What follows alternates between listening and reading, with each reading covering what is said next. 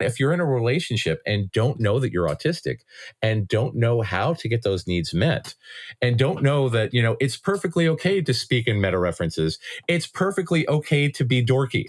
Because this is the thing about an autistic relationship.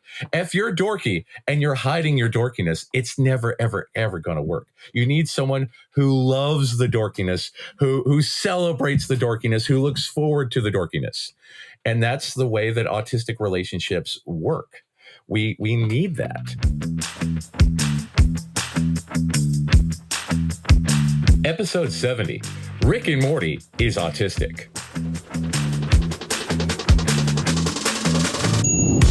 Welcome to the Autistic Culture Podcast.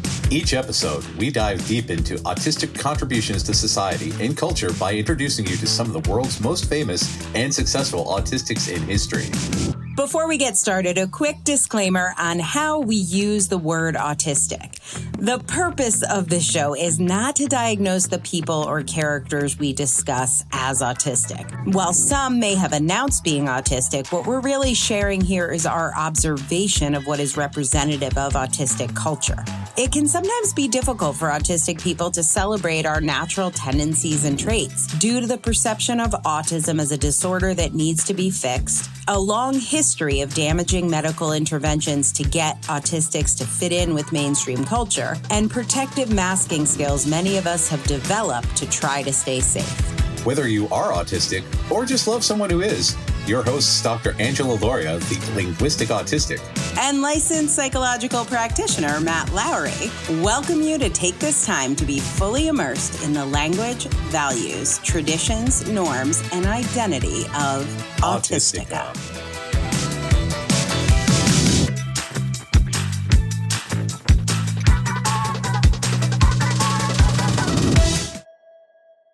Hey, Angela. Hey, Matt. Hey, we've got a really, really fun one today. It's one that I've been wanting to talk about for some time, but never really found the right spot to talk about it. So, cool. What are we talking about? We are going to be talking about what it might be one of the finest and most autistic cartoons of all time that has possibly the most toxic fan base of all time. Rick and Morty. Oh, okay. I was like, many to choose from. And that's actually unintentionally hilarious because Morty's catchphrase is, "Oh, geez." So we will. So Rick and Morty is a cartoon that was developed by Dan Harmon of Community fame. While he was so going back to our episode about Community, Dan Harmon is autistic. He discovered he was autistic while working on Community and writing for Abed. And as time went on, he started to look more and more into this autistic stuff. And when he was fired from Community during season 4, he started reaching out to other networks and trying to find other opportunities for employment, as one does when one is jobless. And if you listen to the Harmontown podcast, during those periods, he mentions a thing about, I got a pilot for a cartoon for a Cartoon Network about a mad scientist and his kid. And that was the first inkling of anything Rick and Morty. It started off with, number one, Justin Roiland is problematic, but we'll get to him chronologically in a little bit. And he's also probably autistic, but again, This was like the 90s? What year are we in? Was toxic just part of the drinking water? Oh God. Rick and Morty started, it's on 2013. Yeah, 2013. Those were good years. Yeah. And again, okay. Yeah. Well, the thing about it is that it started off as a sort of crude parody of Back to the Future with Doc and Marty. And as they went on, Justin Roiland had previously done House of Cosby's and gotten a cease and desist from Bill Cosby, also noted sexual predator.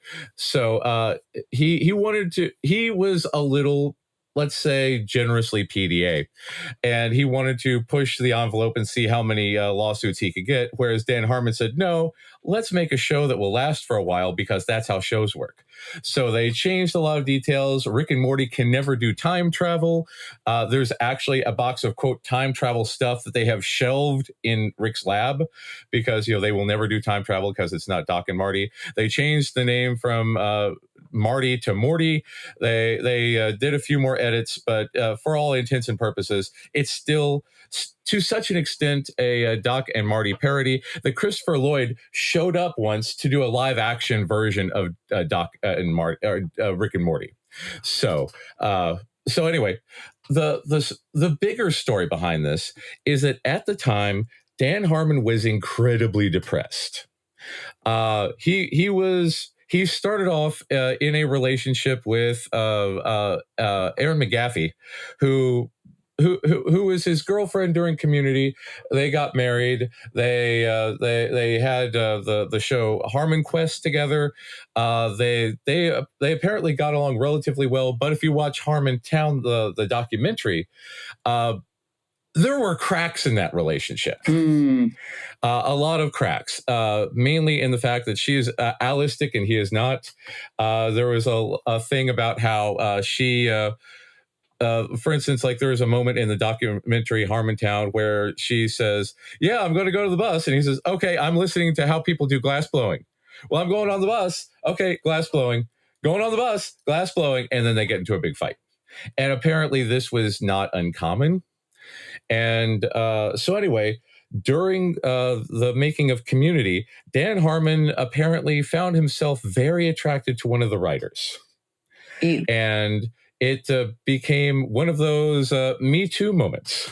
I was going to say, I was like, was it mutual? It wasn't mutual. He just decided he was going to. Well, that's the thing. From the outside, number one, he issued a giant half-hour apology on Harmontown about how he is a gigantic asshole and no one will ever love him. And it seems sort of like it's one of those autistic, not reading the room sort of deals. Where he said, where it's like, you're weird, I'm weird. Look at this. We could be weird. Your writing is good. But at the same time, when she, did not appreciate the advances, and he got, a little pissy about that. So it was a bad thing. And so the writer in question was Megan Gans. And she Megan Gans was from Mythic Quest. She is, yes. It's all connecting. Okay, I got you. I'm with you. Yeah, she went from Community to working on the It's Always Sunny in Philadelphia with Charlie Day and Rob McElhenney. McElhenney, how do you pronounce his name? Rob McElhenney? McElhenney. So she went to work with them, and she wrote a number of episodes and executive produced and directed. So her career is great. And when Dan Harmon issued the gigantic apology, because she had previously said, yeah, I worked on a show with a guy who was not great. So he knew it. And he came out and issued a gigantic apology on his podcast to say, yes, I am the scum of the earth. I am very sorry. I can't believe that I did that. And the important thing about this is for people to recognize that they too can be in this position and justify it to try to be a good human being, but you are not. Don't do that. And she said it is, quote, a masterclass in how to do an apology, and she forgave him. So I guess that's good. Yeah. But the important thing about that is that his relationship with Aaron was ruined. So he had a thing for redheads. So there's a recurring theme of redheads throughout Rick and Morty. So at the time, he was a massive, massive, massive self-loathing alcoholic. And that came out in the character of Rick. And the character of Rick is this brilliant, brilliant scientist because, again, Dan Harmon is a pretty sharp guy and keeps getting accolades for how brilliant he is. But he's not able to do relationships. And the show starts off with Rick being a brilliant, brilliant guy who's not able to do relationships, who's an alcoholic, who knows all kinds of super science, but is periodically suicidal because he knows that he will never be loved. And this is the thing that drives his relationship with the rest of the show, because they had a backstory that they didn't reveal right away, but over the past 7 seasons, not necessarily 7 years, because again, it started in 2013, and because Dan is an inconsistent worker due to executive dysfunction, which we talked about a bit on the community episode. Again, 7 seasons across 11 years so far. Yeah, so that's a relationship. Yeah. So again, Morty is more or less pretty much Justin Roiland. He was a relative kid. I mean, he was in his 20s when they started, in his 30s now. So the show about Rick and Morty is pretty much about this clearly autistic, depressed man and a sort of ideological, wide-eyed grandson. He moves in with his daughter, Beth. They never really talk about Rick's wife, Beth's mother, for a while. And there's a lot of resentment from Beth because Rick wasn't there when they were growing up. They married Jerry, played by Chris Parnell, who is the prototypical sort of loser. He doesn't have a job. He's very naive. And Beth's other child, Summer, who is very much like her mother. Beth and Summer are redheads. Because, again, So, and Morty has a thing for a redhead named Jessica at school, but he can never talk to her because he's not confident. So over the course of 7 years, every single episode minus one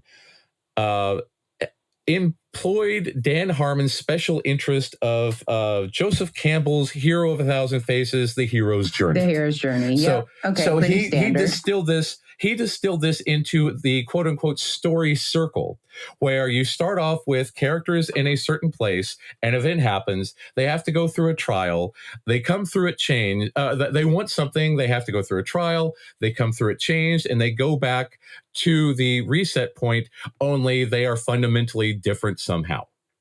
And this is one of the reasons that writing the episodes took so very long, because he insisted that every single episode have this narrative arc of growth and of change and of all this stuff, and that every season had this arc, and that the entire series has this arc. There was famously, after season 3 ended, at the height of toxic fandom, because they had mentioned Szechuan sauce from McDonald's from the 90s, because Dan Harmon really liked Szechuan sauce from the Mulan promotion at McDonald's in the 90s. So all these toxic fans showed up to McDonald's to demand Szechuan sauce and stood on tables and stood on the counter. And Dan Harmon has come out and said, boy, you guys are really stupid. Why would you do that? Stop that. And of course, there's a whole bunch of people who are very arrogant. He does not like them. Some people who are very racist, homophobic, all this other stuff. So the show has become increasingly aware of that and taken measures to include more people of color, include more gay people. Keith David is a recurring character as the president, which the dynamic between Keith David's president and Rick are fantastic, and it's just hilarious. It's one of my favorite parts of the show. But again, so during this peak of popularity, he negotiated a deal with Cartoon Network for 70 more episodes in one big bundle. 10 episodes per season for 7 more seasons to make a total of 100 episodes, so that he could guarantee a satisfying arc, a character journey for each of the characters. Rick eventually, so Dan Harmon has stated that he is adamantly against therapy, because he had been to therapy maybe 7 or 8 times and it did not work. And as we've talked about in the Autistic Centered Therapy episode, a lot of times therapists are like, so where do you feel that? And have you tried not being depressed? And, that kind of thing, instead of taking things from an autistic centered perspective. Mm-hmm. Like our show? Here's how you can help. When you tell someone about this show, it helps make the world a friendlier place for autistic people. And when you rate or review us in your podcast player, it helps people find us. It really matters. And if you're PDA, I totally understand. You can not do this, and it will still work out.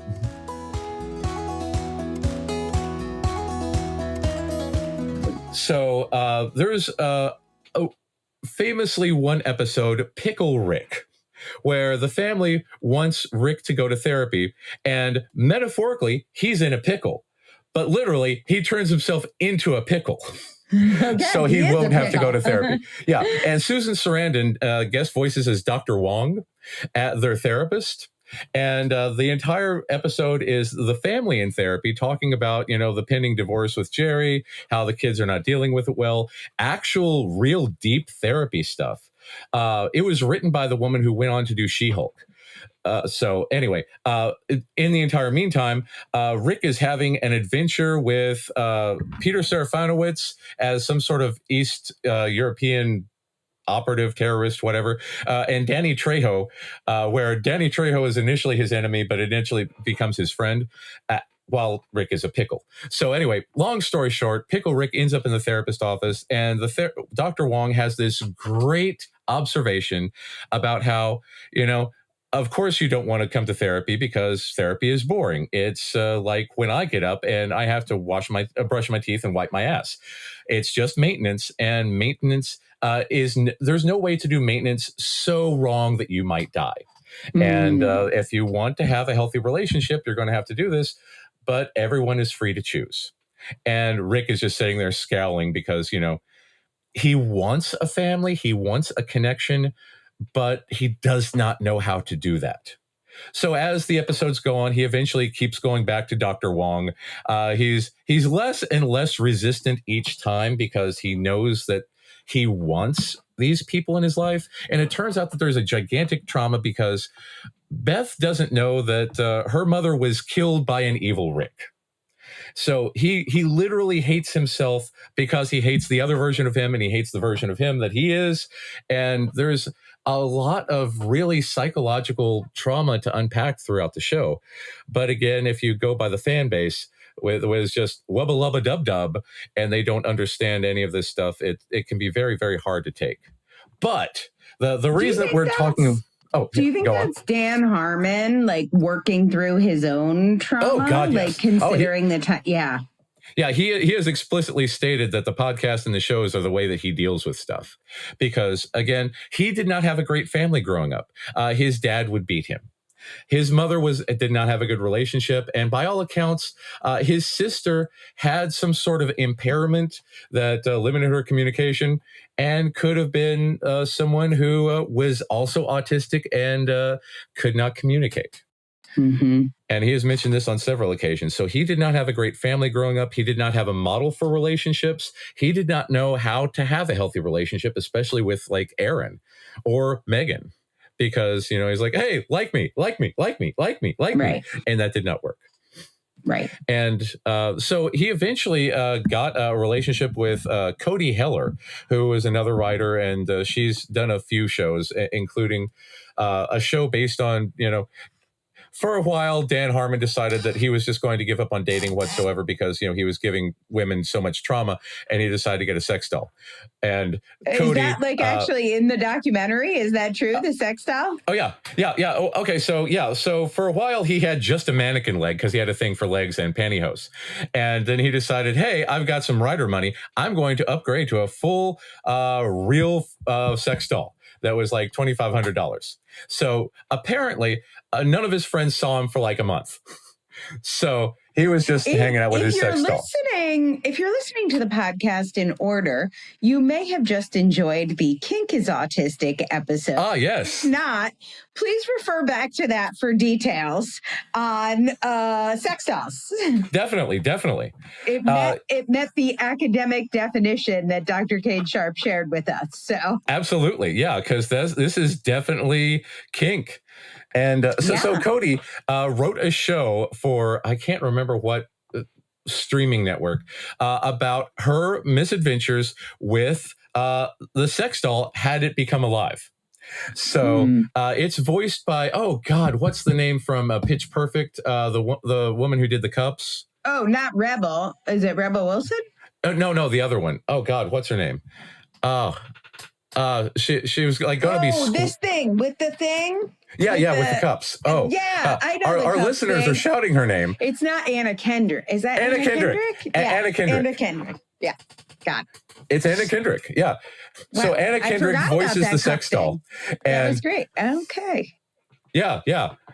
So Anna Kendrick voices the sex doll, and they go on a cross-country adventure for a little bit to find themselves, because they talk about like the Bechdel test and how her life can't be centered around Dan Harmon, played by Donald Logue in this series. So they go off on an adventure, and it's tied into all this. But they stop a convenience store robbery because the robber is a fan of Rick and Morty. It's all a meta thing. Dan Harmon loves meta references, and again, back to Rick and Morty. Okay, well, pause on that. Dan Harmon loves meta references. Can we say meta references are an aspect of autistic culture? I think it is. I think it is, because again, when we go back to like Abed, also from Dan Harmon, when we are talking about our relationship with Abed, when we talk about memes, when we talk about our favorite shows, we like to references, because and the whole Taylor Swift Easter egg thing is all about meta references. Like, I think it's weird when we talk about autistic culture. One of the challenges is so much of the way our culture shows up is a trauma response. So a lot of this relationship stuff is a trauma response, but also we are out of the box thinkers. So like, for instance, the whole kink conversation with Dr. Sharp really kind of changed my mind about, for some people, it might be a trauma response, but for some people, it's just true self-expression in an autistic way when it's not pathologized. So is Dan Harmon's relationship with the leg of a sex doll or a mannequin, like, is that particular kink the trauma of how relationships don't work for us when they're, neuronormatized? Yeah. Or is that just true autistic self-expression and the way we do communicate and have relationships with characters, which is like, we talked about that when we talked about like furries on Ponies Are Autistic. So that's an excellent question, and I publicly challenge Dan Harmon to come on here and answer that. Yeah, okay, I knew you would, any chance. But I just want to say, when it comes to meta references, that feels to me uncomplicated. That is not about trauma. That is not about pathology. That is about our culture is meta reference centric. Bring it on. Very, very, very. So, again, due to our hyper-connected brain, we love a good reference. We do. Yeah. And so, so between the relationship trauma with Morty also coded as autistic. So they've pretty much explicitly said they have explicitly said that Rick is autistic. There are a couple of episodes. One, the episode where he has, strangely enough, both episodes with Keith David as the president. One where they're playing Minecraft, and Rick is sitting there playing Minecraft in VR, and he said, "Is this very popular among people on the autism spectrum?" And Morty says, "Yeah, maybe. Why do you ask?" And he said, "Because I'm loving it." And And there's another episode. There's another episode where Rick is obsessed with finding evil Rick who killed his wife. So he creates a Rick bot to replace him in front of his family. And Rick bot is much nicer than Rick. So Rick bot goes off and buys Morty a real lightsaber from presumably the Star Wars universe. Morty promptly drops the lightsaber perfectly vertical, and it starts going straight through the Earth. And if it reaches the core of the Earth will explode because, reasons. So the president decides to create a core drill, and Rick gets really mad that the president is in his lab, and he says, "No, I don't want you to touch anything. You'll get neurotypical cooties all over it." So I love it. Great. And and a lot of the stuff that the rest of his family goes through, because Beth is slightly, heavily implied in one episode to be a sociopath, but she's also very socially unaware. She doesn't know what she wants to do. They eventually clone her, and nobody knows who the real Beth is and who the clone is. One lives a happy family life, happy in quotation marks. The other goes off and becomes a space rebel. And they try to figure out where their places are in the universe, how they communicate. They don't have any. The Beths plural now, don't have any friends outside of the family. They don't know how to relate to people. And again, this is a big part of Dan Harmon's journey, and presumably a lot of the writers, because I'm guessing the writers are also probably autistic based on the content. But a big arc through the show is Summer becoming more confident in figuring out what she needs, how to express her needs. Morty becoming more confident and going from a sidekick who gets like exploded nearly every episode to having autonomy and, you know, deciding when he wants to go on adventures, deciding on what adventures he wants to go on. It's a very big show of growth, especially from an autistic perspective, and how we learn how to more effectively relate to the people around us, how we find ourselves, how we state our own needs. Because again, if you're in a relationship and don't know that you're autistic and don't know how to get those needs met and don't know that, you know, it's perfectly okay to speak in meta references. It's perfectly okay to be dorky. Because this is the thing about an autistic relationship. If you're dorky and you're hiding your dorkiness, it's never, ever, ever going to work. You need someone who loves the dorkiness, who celebrates the dorkiness, who looks forward to the dorkiness. And that's the way that autistic relationships work. We need that. Right. We love hearing from our listeners. So head over to this episode on Substack and leave us your comment. It's autisticculture, all one word, .substack.com. That's autisticculture.substack.com. So this entire show is about autistic awareness and transformation to be healthier versions of ourselves. And at some point, I think it was like season 4 or 5, Dan Harmon stopped doing the podcast because he said he didn't need it anymore. Because again, the podcast was a big outlet for him throughout, you know, the filming of Community, dealing with Chevy Chase's racism, dealing with, you know, the studio, dealing with all of this stuff. And he got to a point in his life where he didn't need that anymore. And one of the things that he now has people to help him out on stuff. He has co-showrunners to take up a lot of stuff. For instance, like, you know, if he wakes up late, you know, there's another person to say, hey, Dan, are we getting to work on time? Can we make that happen? If he's running behind, somebody says, hey, Dan, are you running behind? Can we do something for you? Is there, he's got an emotional support neurotypical. And sometimes we need emotional support people in our lives. Yeah. I mean, I think of all the ways like my husband does that for me. And we had Becca Lowry Hector on here with sunglasses. She talked about how her partner does that for her. Like that is so key. And when we think we can do it on our own, or when we set up expectations for ourselves and then we fail, then we get into that sort of negative, I suck, I'm a terrible person loop, as opposed to just thinking like, hey, we're going to need community and support in a different way. And it's our job to figure out what support we need and figure out how we can get it to the best of our ability. But it doesn't, it's not going to be internally generated all the time. No. And I think that this comes back to the latest episode of Rick and Morty that aired last year, the last episode of season 7. His wife was sort of digitally brought back by God, I can't remember his famous guest star, played Sabretooth and Wolverine. I'm interneting for you. Thanks, emotional support person.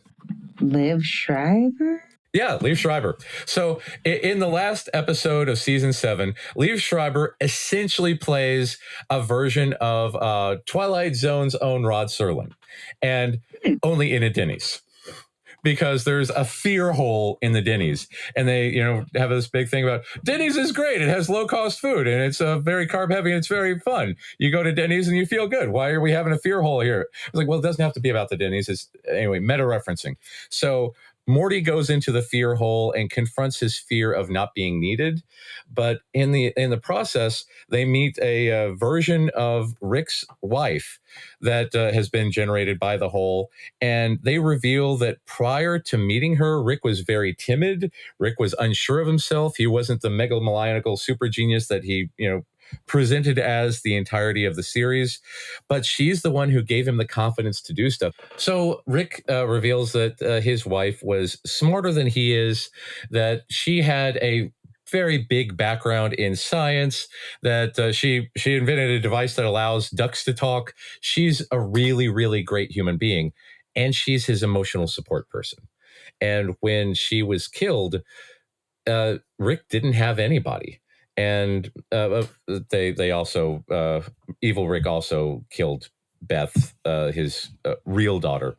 So anyway, he spends the several years searching the multiverse, looking for evil Rick, looking for alternate versions of his wife.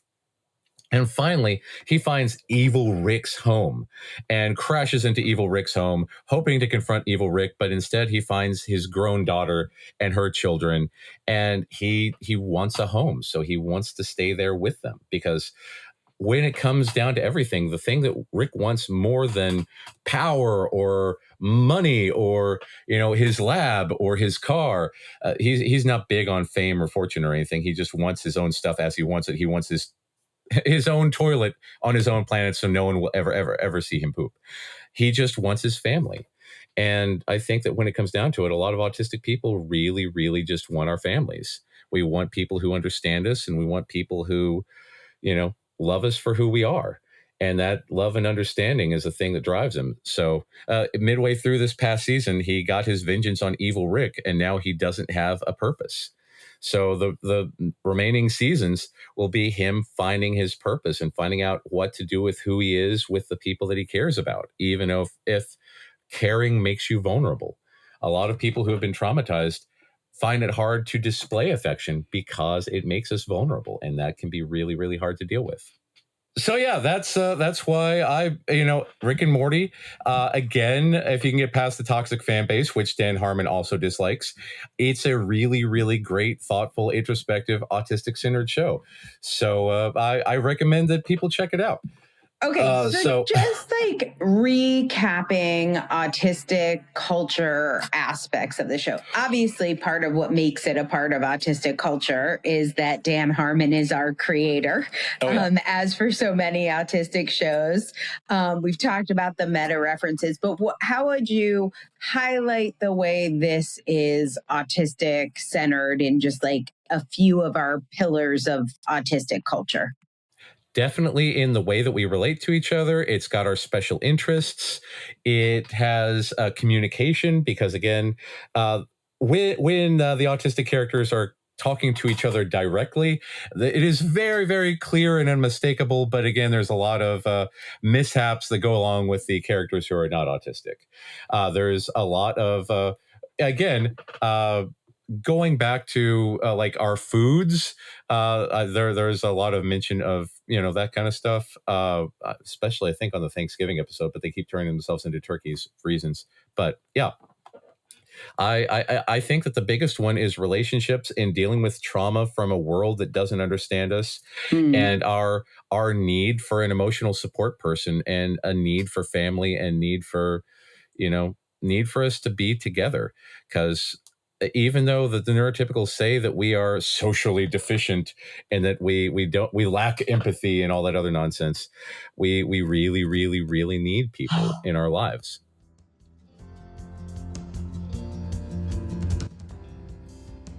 We love sharing stories of autistic culture. And if you are seeing yourself in any of these stories and you're wondering if maybe you're one of us, or maybe you're already diagnosed or self-diagnosed, and you want to know if Matt can help you live your life better and be more authentically autistic, check out his website at mattlowrylpp.com.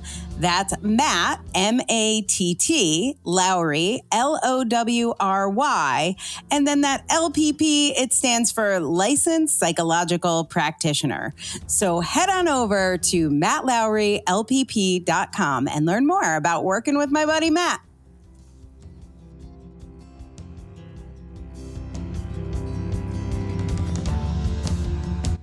Hey, Angela, what's your favorite part about being autistic this week?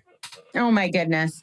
Let's see. I guess my favorite part of being autistic this week, which feels like not a week I loved being autistic because I had a lot of medical things happening.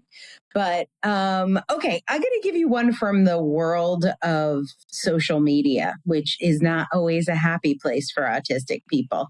But anyway, somebody was commenting about getting diagnosed or self-identifying, I'm not sure which.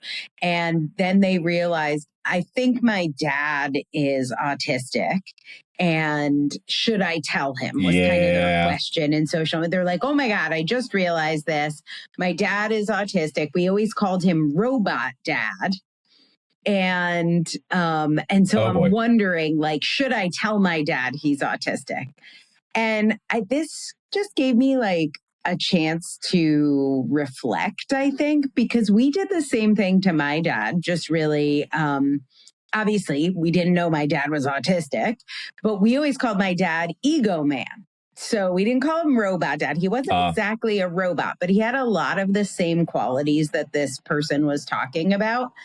And the way that we as a family would sort of sum up autism in this super ableized, pathologized way was Ego Man. Like all he wanted to do was talk about his special interest.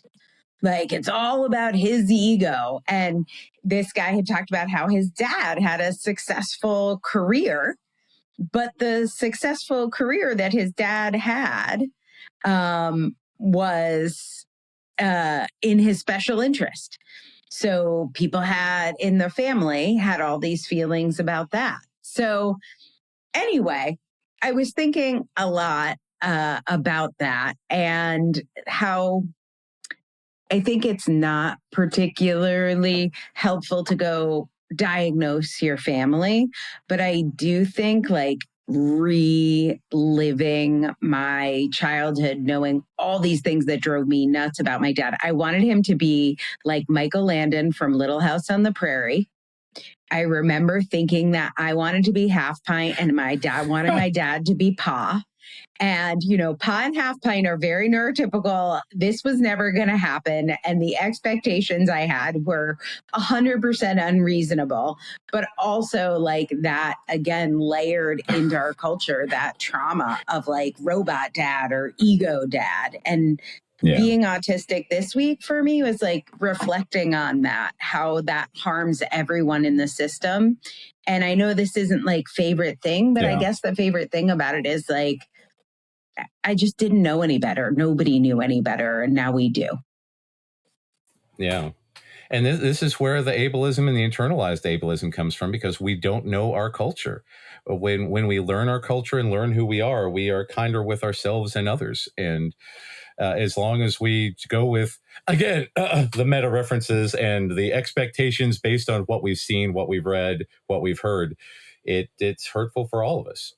Yeah. But on that note, one of the videos I shared to our group, Autistic Connections on Facebook, was a comedian who was talking about, the process of coming out as autistic is different from coming out as gay, because when you come out as gay, you don't say, hey, Dad, you're also gay. Because, that was this week, too. But that happens with us for autism. It really does. And then how do you handle that? Because it would be weird to point it out, but also it's extremely weird not to.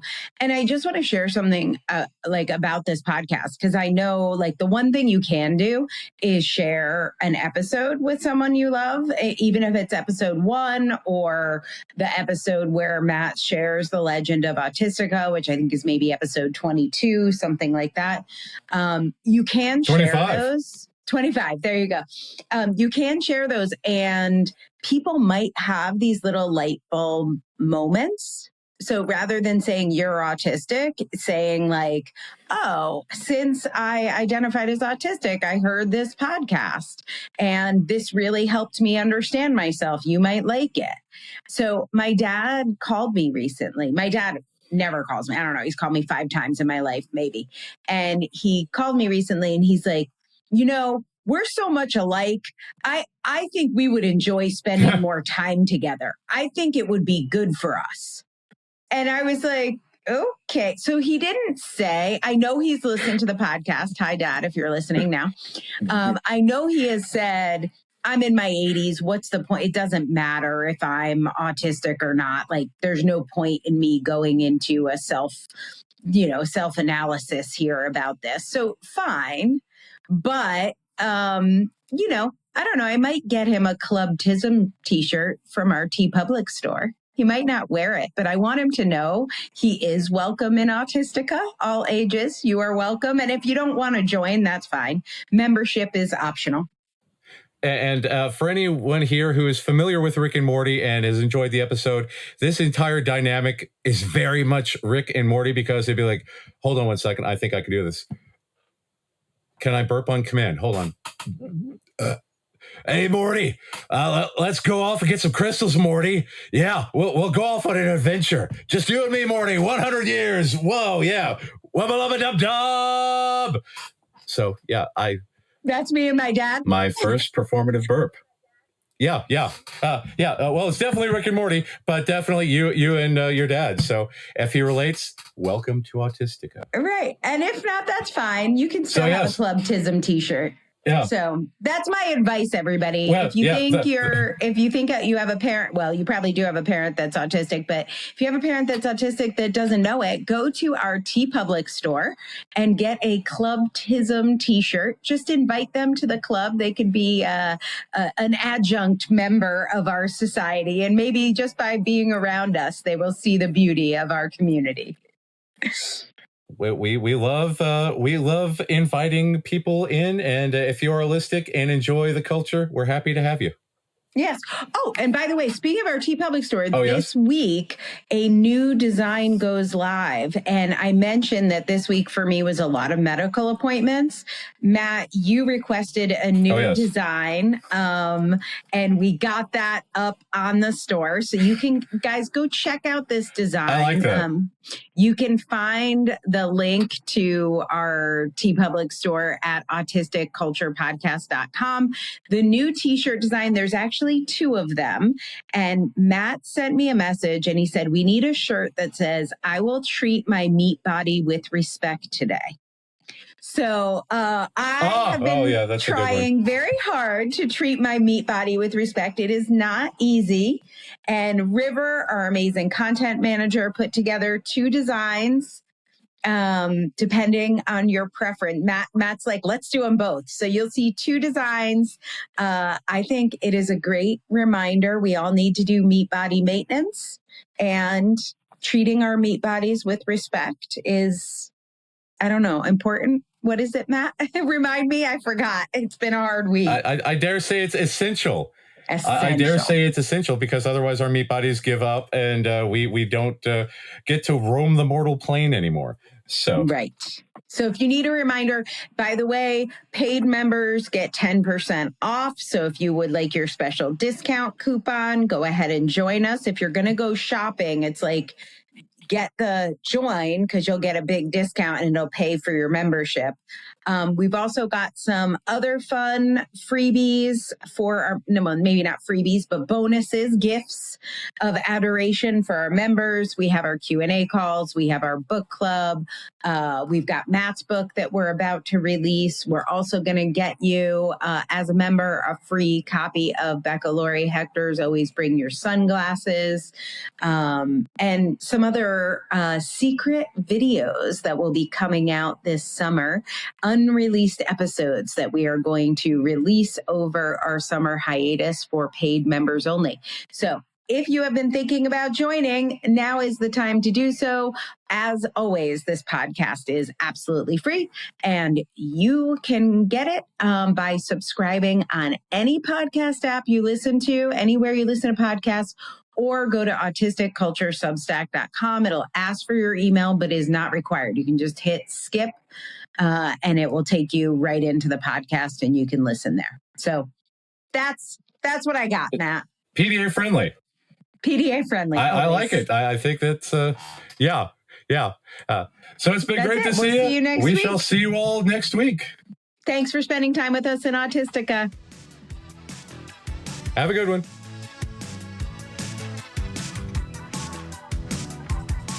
Thanks for listening to the Autistic Culture Podcast. If you like this show, you can help other people find it by taking a few minutes to rate and review on Spotify or Apple Podcasts. You can find out more about writing your book with me at differencepress.com. That's difference, DIFFERENCE, press, PRESS.com. Or getting a psychological evaluation or consult with me at www.mattlowrylpp.com. That's M-A-T-T, Matt Lowry, Lowry, LPP, as in licensed psychological practitioner.com. We hope you enjoyed today's episode. And remember, no one ever changed the world by being like everyone else.